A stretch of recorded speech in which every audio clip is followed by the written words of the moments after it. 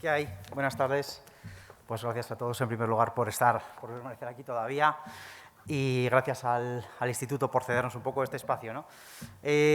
Pues siguiendo un poco con lo que acaban de contar, porque creo que casi nos va a venir hasta bien que nos hayan pasado a este momento, porque nosotros vamos a hablar o venimos a contar un poco qué es lo que se puede hacer con toda esta información y cómo jugamos con ella, orientándonos hacia un cambio de modelo energético y hacia un verdadero proceso de empoderamiento energético del usuario, que yo creo que es un poco el gran olvidado siempre de este tipo de eventos y de este tipo de escenarios, ¿vale? Nosotros somos una empresa, voy a ir rápido porque yo creo que ya a estas horas estamos todos un poquito cansados y yo creo que es importante quedarse con las ideas y con los conceptos, y si luego alguien quiere profundizar, pues seguramente que hoy nos encontramos todos en las redes y cogemos el teléfono y estamos hablando en 2 minutos. Nosotros somos una empresa que vivimos, somos una empresa del sector energético, somos una empresa de servicios, que trabajamos con soluciones de mercado y que intentamos bajar todo este tipo de cosas que se han estado hablando hoy a lo largo del día, incluso ahora desde la comunicación, intentamos bajarlas a la realidad. Yo suelo utilizar un poco un concepto que es gastar zapatos. O sea, nosotros gastamos zapatos en los edificios y cara a cara con nuestros clientes, que en un momento dado son los usuarios, propietarios de edificios o estudios de arquitectura, empresas de rehabilitación, hablando un poco de este sector en el que estamos hablando hoy en día del tema de la rehabilitación, ¿vale? Venimos intentando garantizar una gestión eficaz de todo lo relacionado con la energía, con el confort, con el ahorro energético y con el ahorro económico, que no suele ser fácil, ¿vale? Venimos realizando este tipo de procesos pues desde el 2009, allá cuando se inventó el fuego, ¿vale? Eso quiere decir que llevamos ya muchos años hablando de temas de energía, de eficiencia, de empoderamiento, de soluciones tecnológicas vinculadas a la gestión de la energía. Y os puedo decir que ahora, en el 2021, es cuando realmente estamos percibiendo que estos mensajes están calando en la calle. O sea, ahora es cuando estamos hablando de monitorización, estamos hablando de datos, estamos hablando de comunicación. O sea que, bueno, quiero decir que al final, pues igual en ese momento nosotros fuimos un poco avanzados en este tipo de servicios y ahora es cuando realmente se están percibiendo este tipo de cosas, ¿no? Con lo cual estamos relativamente contentos y nos quedan también muchos años de trabajo. Pero bueno, entrando un poco en harina, a mí me gustaría un poco explicaros para qué sirve la monitorización y cómo nos puede ayudar el coger toda esta información.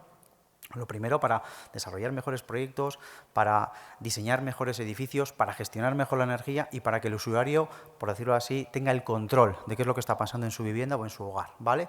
¿Para qué nos puede servir la monitorización? ¿Para qué nos pueden servir los datos? Y todo esto que se ha venido hablando antes. Lo primero, y son cosas que nosotros venimos haciendo habitualmente, para nosotros un elemento muy importante es la comparativa entre el antes y el después. Si tenemos datos del antes y tenemos datos del después, vamos a poder identificar problemas, vamos a poder diseñar mejor, el poder evaluar. Yo suelo decir muchas veces, y suelo poner el ejemplo un poco de que la monitorización del consumo, del confort, en este tipo de procesos es la única herramienta que tiene un propietario y que tiene también un profesional para verificar si aquello que ha diseñado o aquello en lo que ha invertido dentro de una rehabilitación ha sido rentable, ha merecido la pena o no. Porque eso de que me pongo el jersey, o antes me ponía el jersey y ahora no me lo pongo, joder, pues medir eso es realmente complicado.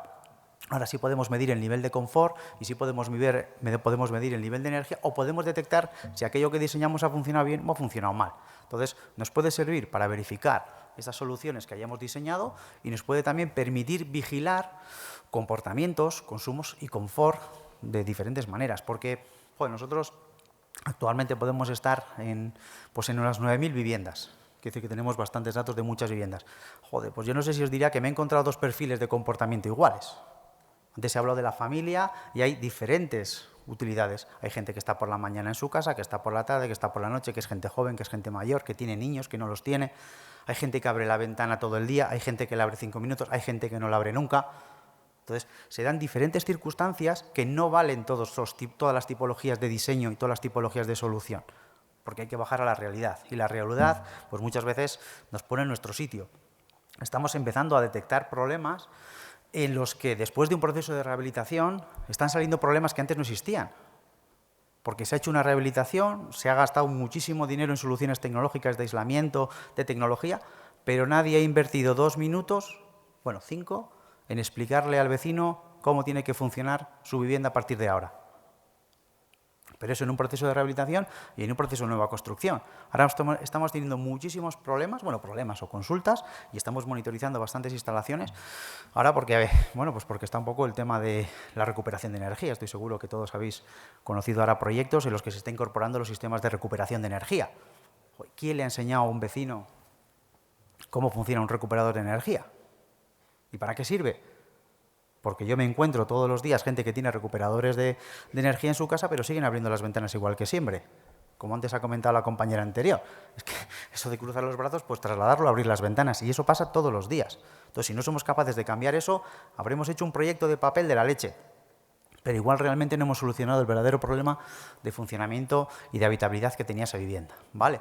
Entonces, ¿qué es lo que podemos hacer o qué es lo que permite hacernos, por decirlo así, la monitorización? ¿O cómo podemos hacer este tipo de cosas? Pues yo creo que todo lo que ha pasado hasta ahora, ¿no? Quiero decir que estos años de desarrollo y de evolución, este tipo de cosas, pues nos están permitiendo hacer muchísimas más cosas de una manera mucho más sencilla, más eficaz y más barata.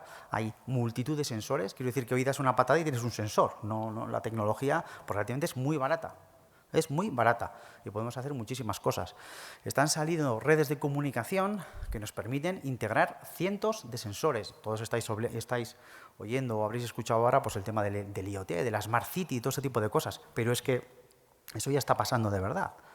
Ya hay un montón de edificios que incorporan sondas, ya hay dispositivos que se pueden integrar y que funcionan de manera automática. Quiero decir que, que ya hay redes de comunicación que nos están permitiendo bajar esos conceptos que son como muy etéreos a la realidad. Ya te digo que nosotros tenemos ahora mismo muchísimas viviendas y estamos participando en muchísimos proyectos donde se van colocando diferentes sondas en muchísimas viviendas que de manera coordinada están permitiendo generar una imagen para luego poder tomar decisiones. Luego veremos algunos ejemplos, ¿vale? Y sistemas o redes de comunicación que nos permitan trasladar los datos a la nube, por decirlo así, y generar información en dos caminos, hacia el lado técnico y, por supuesto, hacia el usuario. Hoy en día, antes también se ha comentado del móvil y de las imágenes, todos estamos acostumbrados y todos los que estamos aquí tenemos un móvil o dos en el bolsillo. Pues hay que trasladar mensajes y esos datos que estamos sacando de los edificios de una manera clara y diferente. Al vecino no le podemos hablar de kilovatios ni de emisiones de CO2, que yo creo que eso es un debate también que es muy habitual. Estamos cansados de oír hablar de emisiones de CO2, del impacto. El vecino quiere oír hablar de otra cosa. Quiere saber si va a estar más confortable, si va a estar más a gusto, si se va a poder girar el jersey y si va a pagar menos. Entonces hay que intentar cambiar un poco los mensajes dependiendo a quién se dirigen. Pues bueno, entendemos que ese tipo de cosas se pueden llegar a hacer. ¿Por qué? Bueno, pues lo que os decía, ¿no? Para nosotros es muy importante el identificar las situaciones que se están, con las que se arranca un proyecto, ¿no? Las situaciones, las fases previas, y eso que, no sé, yo también, si podríamos hacer un juego interactivo aquí, preguntamos, ¿quién hace un perfil energético antes de empezar un proceso de rehabilitación? ¿Alguien levanta la mano que haga una encuesta a los usuarios sobre el comportamiento antes de empezar una rehabilitación? ¿Todos no? Vale, pues ¿quién pregunta el nivel de confort que tiene en una casa antes de un proceso de rehabilitación? Pues bueno, si no tenemos esos datos, si no somos capaces de preguntarlos o de identificarlos y de poderlos comparar con el después, pues en un momento dado es complicado, que en un momento dado podemos llegar a evaluar qué es lo que se puede estar haciendo, qué es lo que puede haber ocurrido en ese edificio, ¿no? Entonces, el evaluar el antes y el después, las diferentes soluciones técnicas, cómo realmente estamos consiguiendo mejorar el confort o se ha mejorado, cómo hemos reducido la demanda. Bueno, entendemos que ese ámbito pues es un tema muy interesante, ¿no? Y jugar de una manera pues muy importante con esa transversalidad. Para nosotros es muy importante que haya una vinculación entre los agentes que prescriben las soluciones tecnológicas, el paso a la edificación y el usuario. Tiene que haber una transversalidad en todo lo que estamos pensando. No diseño un edificio, coloco un producto o lo vendo y me olvido. Y todos los siguientes van pasando en la cadena así como así. Entendemos que tiene que haber una continuidad y tiene que haber una estrategia clara de qué es lo que se quiere hacer con la rehabilitación. Queremos transformar, pero ¿cómo vamos a medir que hemos transformado? Porque si no medimos que hemos transformado, pues igual nos lo inventamos o igual nos estamos creando una imagen que no es la realidad. Y eso, luego ya lo comentaremos, lo echamos mucho en falta. O sea, sí que falta una visión a largo plazo de la rehabilitación. En el corto plazo todo el mundo está pensando, y esta mañana y estos días hemos estado hablando mucho de los fondos Next Generation, pero esos se acabarán. Y el día de mañana habrá que seguir haciendo cosas. Y no creo que nos va a dar tiempo a cambiar todo el parque de viviendas que hay para rehabilitar. Entonces vamos a ver si pensamos, en lugar de a 2 años, que pueden ser las elecciones, a 4, a 6, a 10, a 20 o a 25, porque los edificios van a estar muchos años y los usuarios también, ¿vale?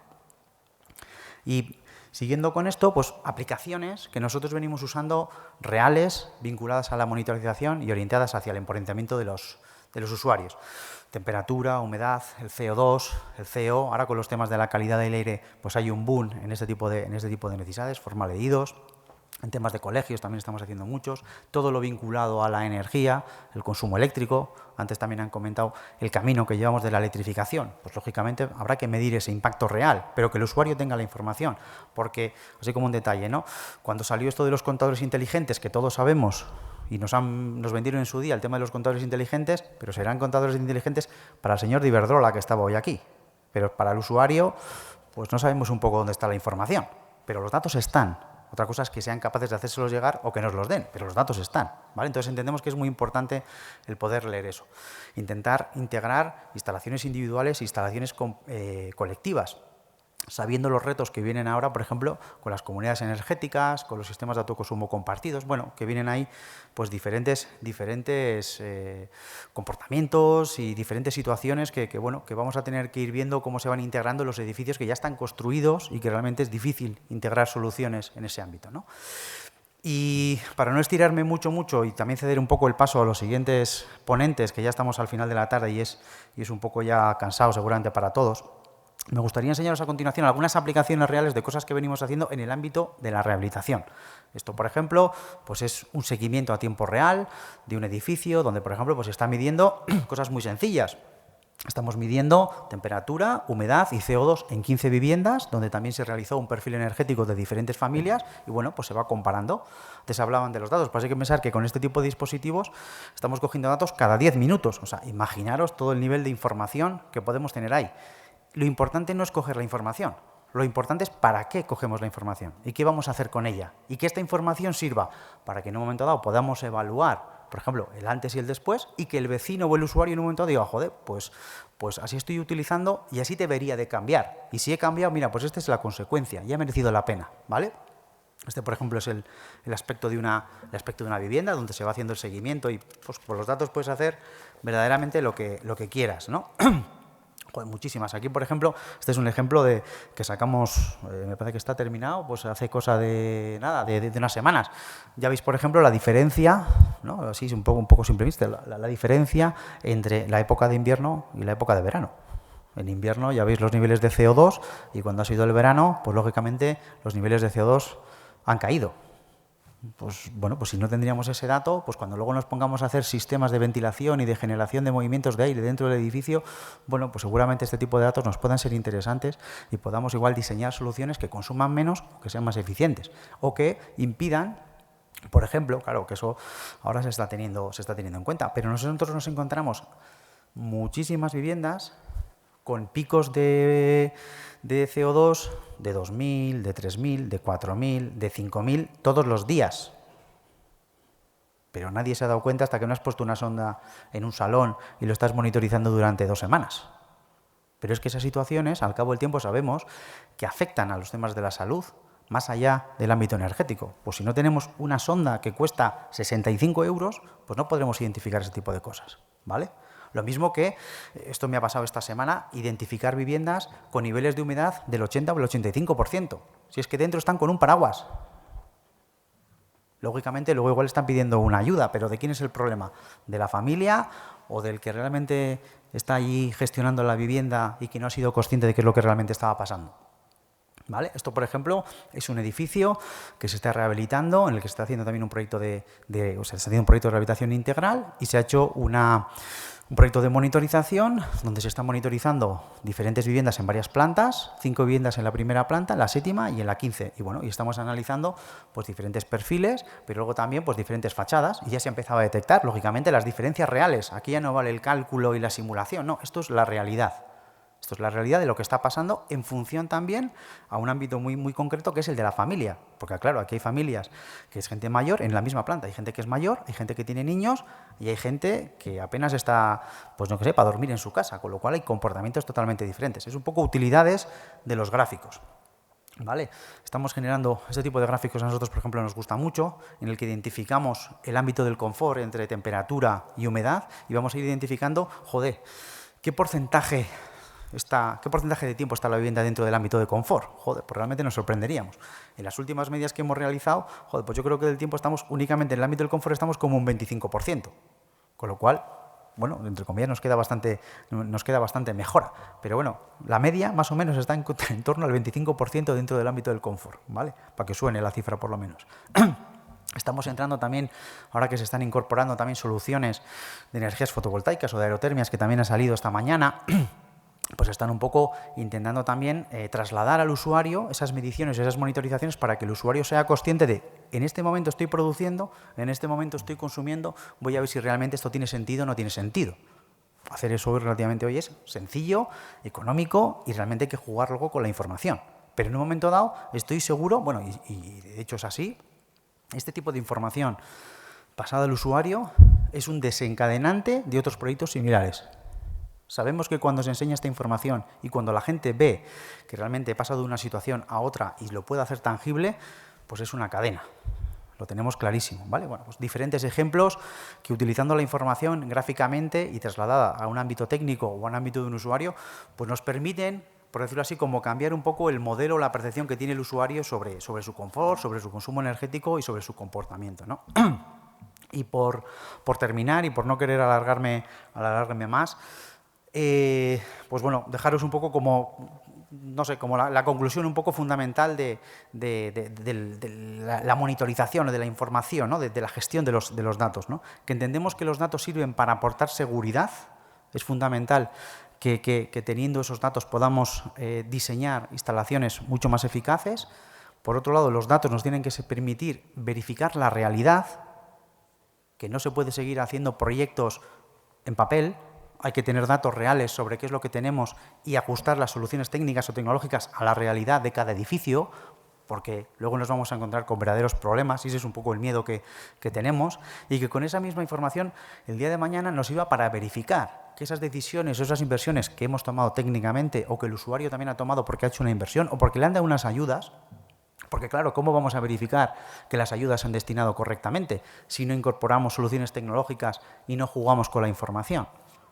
Pues lógicamente no las podremos verificar. Pues yo creo que algunos en el norte de Europa estarán encima de este tipo de cosas para que realmente la gestión económica que se haga de los fondos que vengan pues sea la adecuada. Con lo cual entendemos que la monitorización es uno de los elementos fundamentales para todos estos sentidos, ¿no?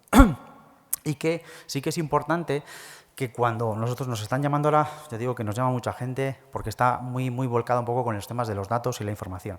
Pero siempre vamos un poco a la misma pregunta, ¿para qué? ¿Para qué queremos monitorizar? ¿Cuál es el objetivo de la información y qué es lo que se busca? Porque tener información por tener datos por tener, si no van a servir para nada, probablemente es mejor que no hagamos nada. Ahora, si somos capaces de centrar un objetivo y tener claro qué es lo que queremos hacer con ellos, pues sabemos que el recorrido es ilimitado, ¿no? Entonces, hay herramientas, hay soluciones. Y nada, pues nada más por nuestra parte. Nos ponemos a vuestra disposición para cualquier duda, pues a través también del instituto, que colaboramos con ellos en algunos proyectos. Nos tenéis a vuestra disposición para aclarar cualquier tema que esté relacionado con la monitorización, con la gestión y con los procesos de empoderamiento hacia el usuario. Y nada, pues mucho más. Agradeceros hasta estas horas y nada, mucho más. Gracias.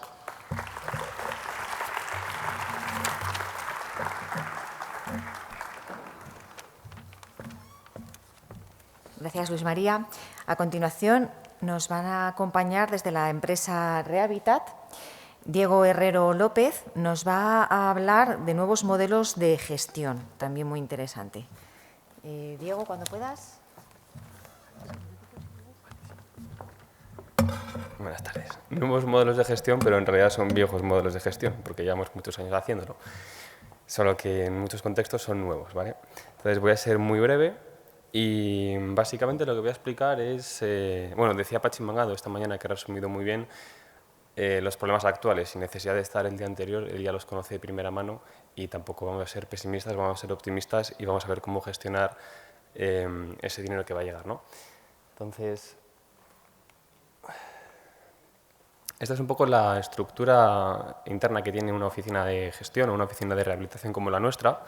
Somos un estudio de arquitectura que también hacemos obra nueva y reformas, pero bueno, para lo que hoy vamos a hablar sería la rehabilitación. Y este es un esquema, desde mi punto de vista, muy importante, ya que nuestra intención, igual que en el congreso anterior, es que se replique el modelo y que ahora con el dinero que va a llegar se pueda abarcar la rehabilitación que hace falta.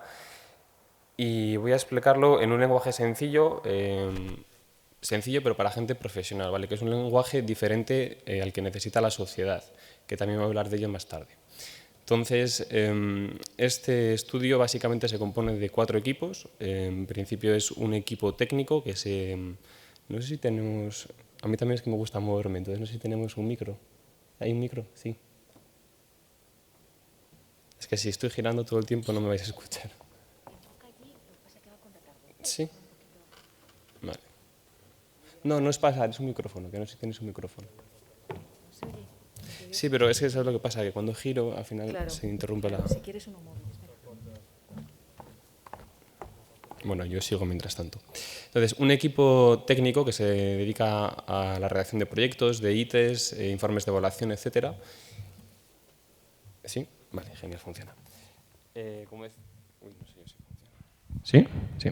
Entonces, ese equipo técnico se dedica a la redacción de proyectos, de las ITES y los informes de evaluación, y está en coordinación con un segundo equipo, que es un equipo de gestión, que es de subvenciones, ¿vale? Que es el tipo de subvención, qué cuantía se puede adquirir de la subvención. Y estos 2 equipos es fundamental que estén coordinados, y más ahora porque dependiendo del tipo de proyecto que haces, vas a obtener una subvención u otra. Entonces, es preferible que estos 2 equipos trabajen en la misma empresa, porque si no, pues bueno, puedes pretender conseguir una subvención, pero si el proyecto se redacta de otra forma, pues no lo vas a hacer, ¿no? Luego tendríamos un tercer equipo, que sería un equipo financiero o que está en relación con las entidades de crédito, precisamente para diseñar créditos en las comunidades de propietarios. Esto es algo fundamental y que si no lo tuviésemos probablemente no hubiésemos hecho rehabilitación, porque antes de terminar la obra no te dan la subvención. Entonces, hasta que no se termina, necesitas un dinero. Ese dinero viene de créditos comunitarios de entidades bancarias privadas. Entonces, ¿qué tipo de intereses o qué condiciones necesita la comunidad? Eso es lo que negocia, por así decirlo, ese equipo de financiación y es el que traslada luego a la comunidad de propietarios las características que tiene, ¿no? Entonces, son créditos comunitarios que van a la comunidad, no son personales, es decir, que si hubiese un moroso, tiene que responder la comunidad. Y normalmente son créditos que no se reciben muy bien por parte de las comunidades de propietarios porque, claro, no quieren responder ante un moroso y más cuando lo suele haber. Entonces, el discurso que nosotros tenemos en las reuniones con ellos es que, independientemente de si hay un crédito o no, el moroso va a seguir estando y la deuda la va a tener con la constructora. Es decir, en el momento en el que haya un juicio, la responsabilidad de la comunidad va a ser la misma. Entonces, ¿por qué se necesitan los créditos? Porque es la única forma de reducir la morosidad. Entonces, claro, cuando lo explicas así lo entienden mejor, pero de primeras la gente no quiere hacer créditos comunitarios. De esta forma, haces créditos a 10 años, por ejemplo, y pues personas con nivel adquisitivo medio-bajo o bajo, que son la mayoría de los barrios que rehabilitamos, pues pueden pagar 50 euros, 100 euros, 150, 120 al mes, ¿no? Durante 10 años, pero lo pagan.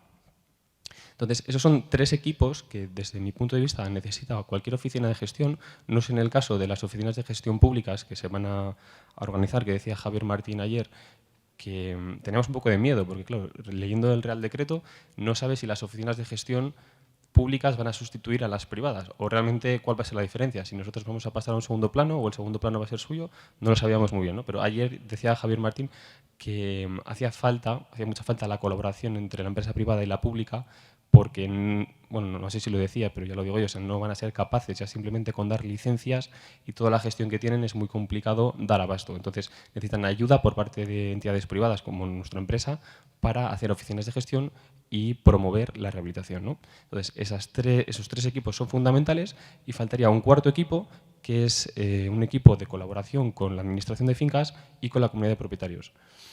Ese equipo es, digamos, el que engloba a los otros 3, porque es el que es el canal por donde circula la información de los otros 3. Los proyectos, tienen que ver los vecinos, la financiación, la subvención, etc.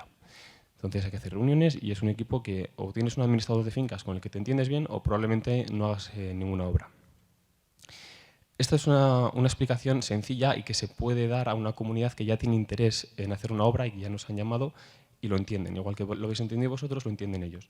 Pero lo que no entienden, o sea, las personas que no lo pueden entender son los que no han hecho todavía una obra o no han empezado. Es decir, el 99% de las comunidades que necesitan rehabilitación, ¿no? Entonces traigo un vídeo de como íbamos hablando de la comunicación y de cómo transmitir estos mensajes a la sociedad, de cómo consideramos nosotros, tiene un enfoque privado, pero cómo comunicaremos nosotros el qué hacemos o el cómo lo hacemos. Entonces, si podéis poner el vídeo.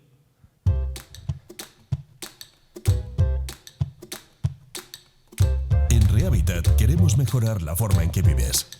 ¿Cansado de tanta escalera? Empieza a disfrutar del ascensor que mereces. Sube la compra sin sudar o invita a comer a los abuelos.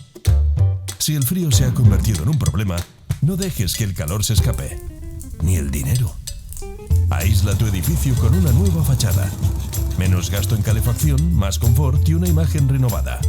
La fórmula perfecta para que tu inmueble aumente su valor. Lo mejor, la obra se paga con el ahorro que generas. Cualquier tipo de edificación, pequeño o grande, público y privado. Ama tu edificio. Rehabitat. Este es un ejemplo de qué hacemos, no de cómo lo hacemos, ¿no? Pero esto podría estar perfectamente en la previa de una película en el cine, ¿no? O sea, es decir, es un contenido que se tiene que adaptar y por parte del Ministerio yo creo que sí tiene que haber una publicidad, igual que cualquier campaña, de informar. O sea, no es lo mismo que cuando lleguen los fondos la gente ya sepa de qué van los fondos y de qué es la rehabilitación, a que empecemos desde cero. Entonces, cuando lleguen los fondos y si la ciudad no sabe ni cuánto dinero hay, ni cómo se gestiona, ni para qué es, pues va a ser el cuello de botella aún mayor, ¿no? Entonces, yo creo que es importante de publicitar estas cosas. Y ahora, el siguiente vídeo es de cómo lo hacemos, ¿vale?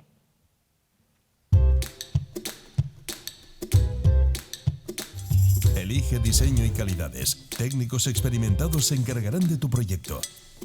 Trabajamos con las mejores constructoras, así podrás comparar y elegir presupuesto. El coste de la obra será el mínimo posible, porque la gestión de subvenciones es nuestra especialidad. Y si necesitas financiación, te ofrecemos las condiciones más ventajosas. Ama tu edificio. Rehabitat. Bien, es lo que os decía antes, tiene un enfoque privado y va enfocado en nuestra empresa. Entonces, hay muchas cifras que habría que hablar en el sector público que nosotros no hemos hecho, ¿no? Pero es un ejemplo de vídeos que comunican y que explican las cosas. Voy a poner algún ejemplo de proyectos que ha hecho nuestra oficina de rehabilitación. Este se presentó en León en el congreso anterior, que es el barrio de San Juan de los Lagos, con 350 viviendas, y es un ejemplo perfecto de cómo hacer rehabilitación sin necesidad de hacer un área de regeneración urbana, porque es un barrio de 350 viviendas con importes de inversión altísimo, donde se gestionaron de forma independiente y es un barrio.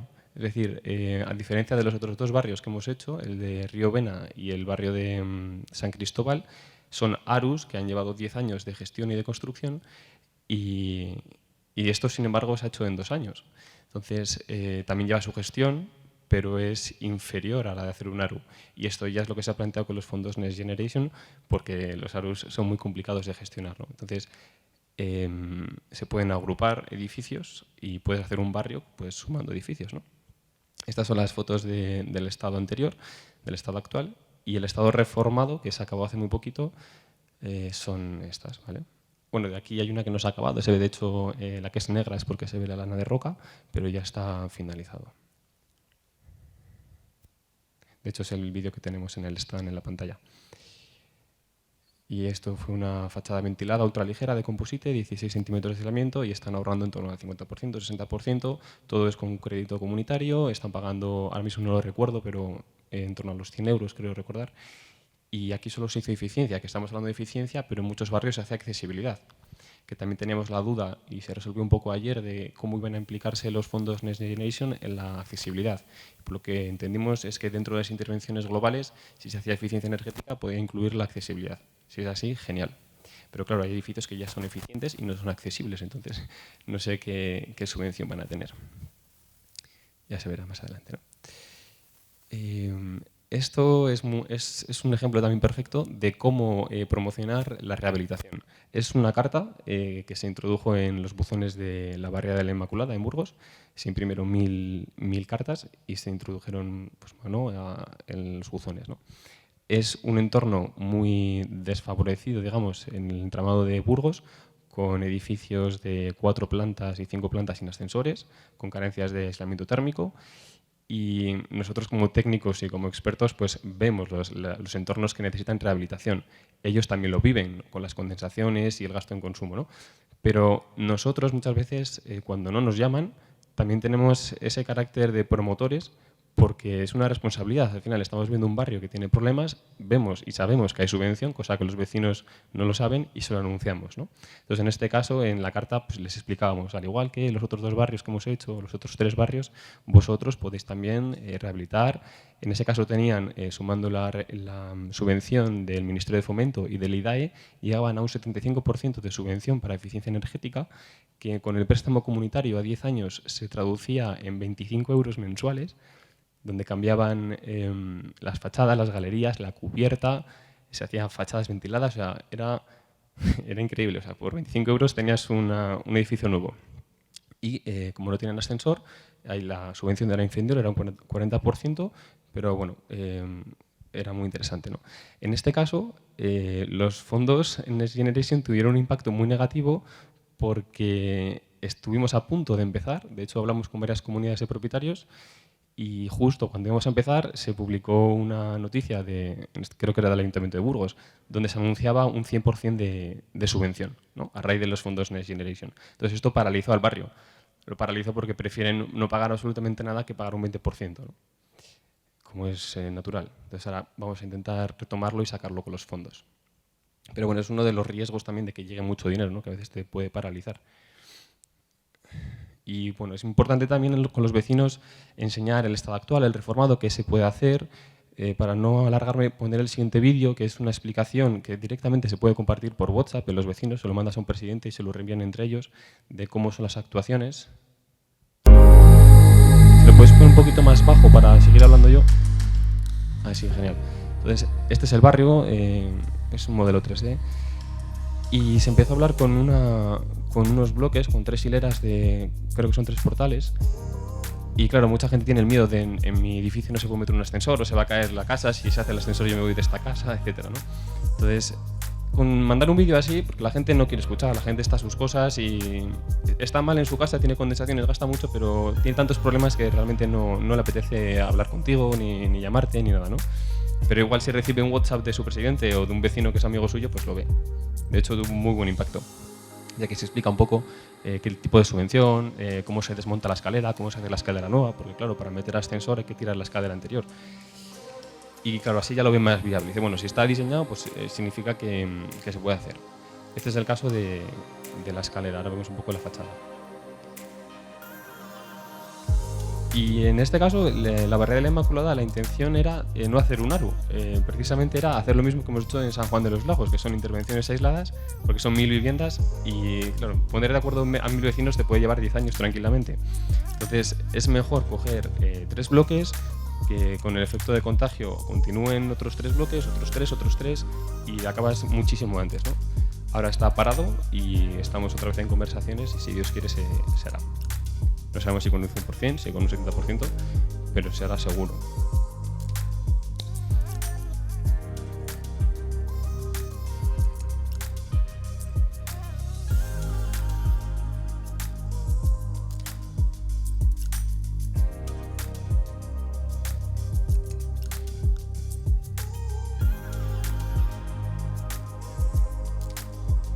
En este caso tenemos muchas complicaciones también a nivel de competencias porque realmente esto lo puede hacer cualquiera, o sea, no hace falta que sea una oficina de gestión, esto lo puede hacer un constructor, lo puede hacer un aparejador, lo puede hacer una empresa de ascensores, una empresa de materiales, o sea, cualquiera puede hacer, un electricista te puede vender la moto, o sea, todo. Quiero decir que realmente lo puede hacer cualquiera mientras lo haga bien, pero a nivel de competencias es importante que lo hagan oficinas de rehabilitación, Porque voy a poner el ejemplo, aquí se presupuestó el ascensor, esto es otro portal, es de la siguiente diapositiva.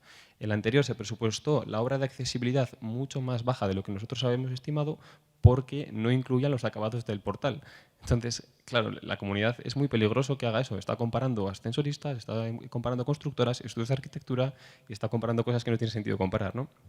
Entonces, pues hay que estar muy encima, los equipos que os explicaba antes del administrador de fincas, saber realmente quién está hablando con la comunidad, porque si no se te escapa por todos los lados, ¿no? Y ya para finalizar, no sé si me he pasado, creo que no, bien.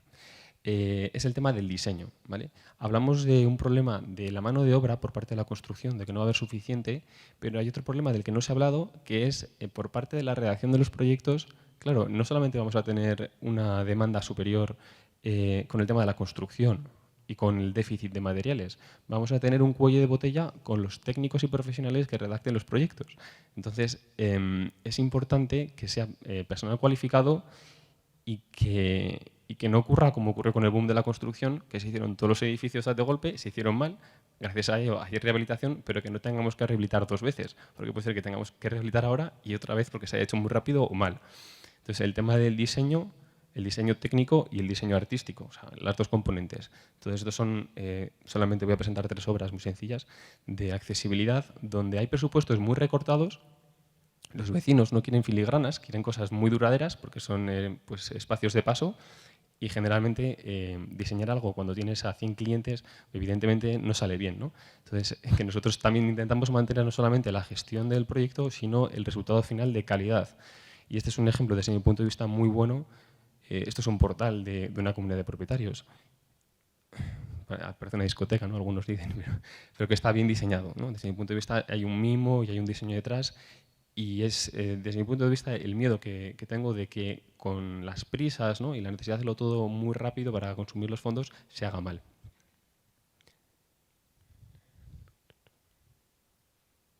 Y son obras muy pequeñas, cosa que decía también Pachín Mangado esta mañana, que aprovechásemos cualquier momento para hacer arquitectura. Por ejemplo, esa puerta, ¿no? Podemos haber hecho una puerta cualquiera y dijimos, no, vamos a hacer un collage y vamos a introducir materiales y pues joder, es un portal muy pequeño que se hizo una bajada a la cota 0 del ascensor y está muy bien resuelto, ¿no? Es atractivo y los vecinos están súper contentos. Lo hubiesen estado también si hubiese sido todo gris o blanco y gris, pero bueno, que están muy contentos. En cualquier obra, ya sea de accesibilidad o de fachadas. He traído accesibilidad porque se ha hablado muy poco y en la rehabilitación es igual de importante. Y yo creo que no hay nada más. Si queréis ver más proyectos, de todos modos, porque he puesto pocos, en la página web, en gruporehabitat.com o en Instagram directamente, que lo tenemos muy actual, podéis ver nuestro trabajo, ¿vale? Y nada, como patrocinador del evento, muchas gracias a todos por venir, los que quedan, que sois pocos, y un abrazo también a Begoña, que no ha podido venir y que nos estará viendo desde casa, y nada más, muchas gracias a todos.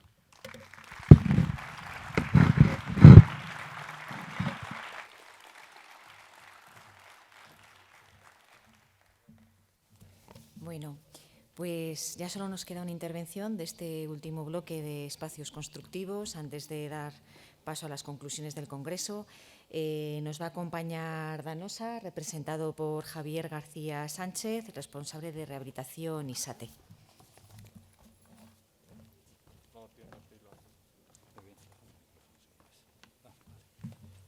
Perfecto. Gracias. Hola, buenas tardes a todos. Me presento, mi nombre es Javier García, soy el responsable de SATE y Rehabilitación en Danosa y os voy a presentar diferentes sistemas que hemos desarrollado para aportar nuestro pequeño grano de arena en el aspecto de la rehabilitación en general.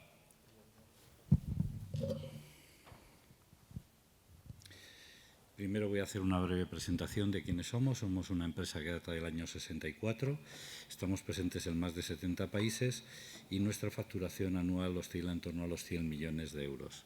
Todos hemos oído hablar todos estos días de cambio climático y la oportunidad que tenemos que llevar a cabo para desarrollar la eficiencia energética dentro del envolvente de nuestros edificios.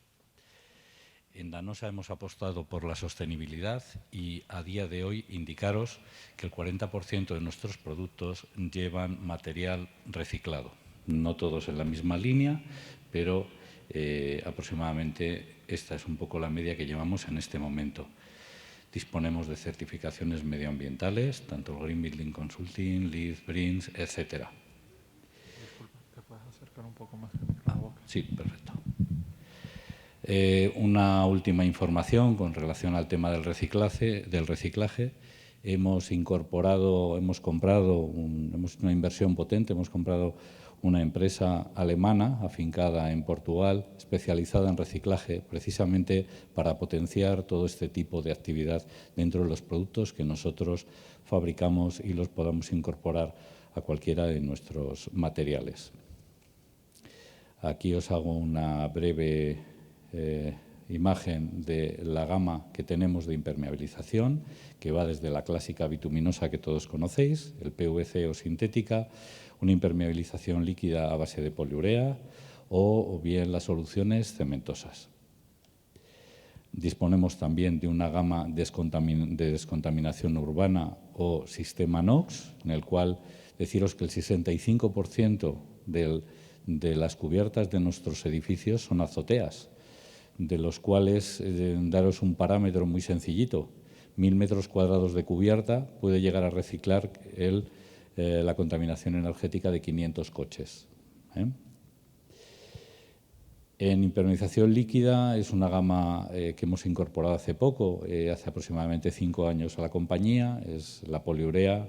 Trabajamos solo con poliurea pura, con una elongación de un 400%, que es bastante, y disponemos de la máxima durabilidad que certifica Eduardo Torroja, que es un W3, es decir, supera los 25 años de vida útil.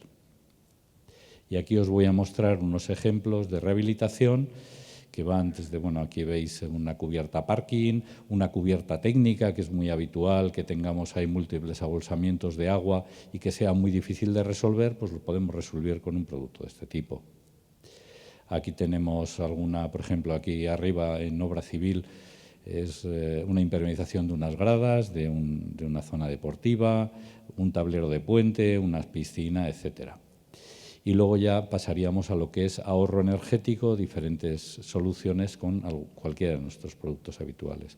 Ahora mismo estamos desarrollando una nueva página web que próximamente, el mes próximo, va a estar accesible todo este tipo de información que os estoy mostrando ahora, en aproximadamente unas 50 soluciones de rehabilitación, en las cuales va a servir para los técnicos, va a ser una herramienta muy buena, puesto que aquí vamos a hablar directamente de cómo rehabilitar esa cubierta plana a la que yo accedo y tengo que hacer ese proyecto, ¿vale? Aquí os muestro una pequeña imagen del sistema y a continuación ahí podéis ver un dibujo, una escala muy pequeñita de cómo tenemos que actuar. Pues el clásico cajeado en la zona de desagües para favorecer la evacuación del agua de la cubierta, además de la descripción completa que la tendremos colgada en la web de lo que es la intervención para llevar a cabo esa obra y el precio descompuesto, etcétera. Aquí tenemos una de grava, pues os digo lo mismo. Aquí, ¿qué hacemos? Hacemos luego en la página web, colgaremos la descripción completa de la unidad de obra y cómo desmontamos esa cubierta. ¿Qué haremos? Pues un cajeado igual en zona de desagüe, flamearemos esquinas y rincones, fundamental. Por muy buena lámina que ponga, si la que tengo vieja no la flameo y la solidifico con el soporte base, no va a servir para nada la intervención. Entonces, luego aquí a continuación incluiremos el precio descompuesto y la unidad de obra. Esto será totalmente accesible. Aquí tengo un pequeño vídeo que no sé si dará tiempo a verlo.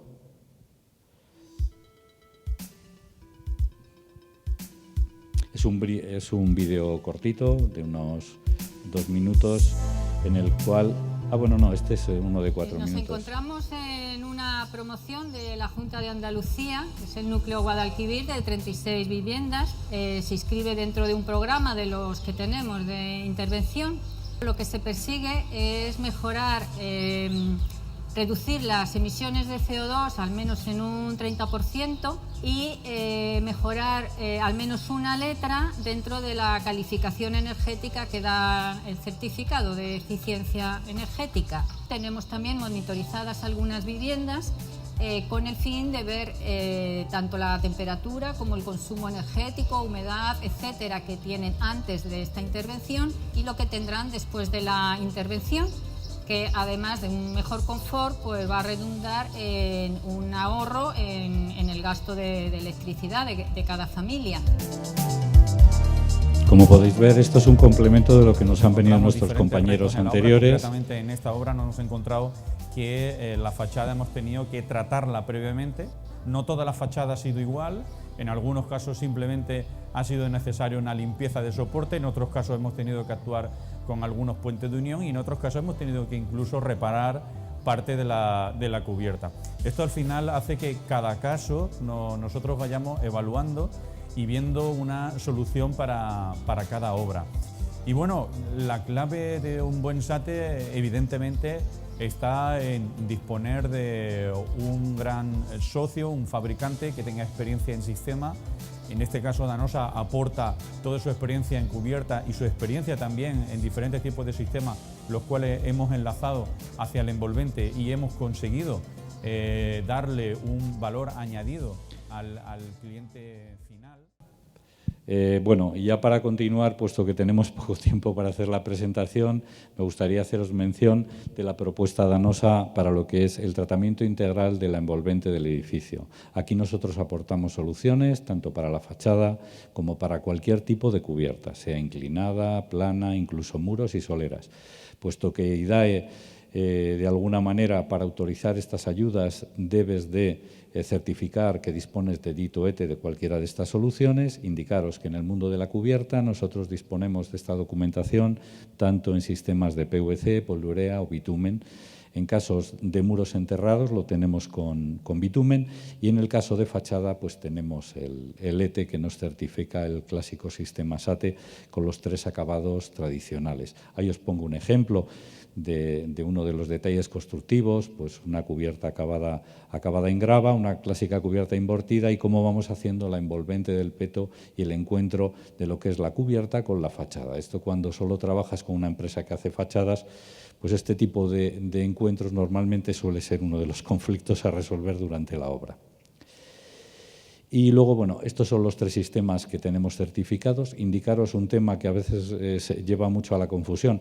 Estos 3 sistemas, su reacción al fuego es un BS1 de 0, es decir, estos sistemas tienen la misma reacción al fuego que si aportara lana de roca. Lo digo porque a veces alguien piensa que el fuego va a empezar cuando estoy colocando la lana de roca, donde ella tiene una gran potencialidad, ¿vale?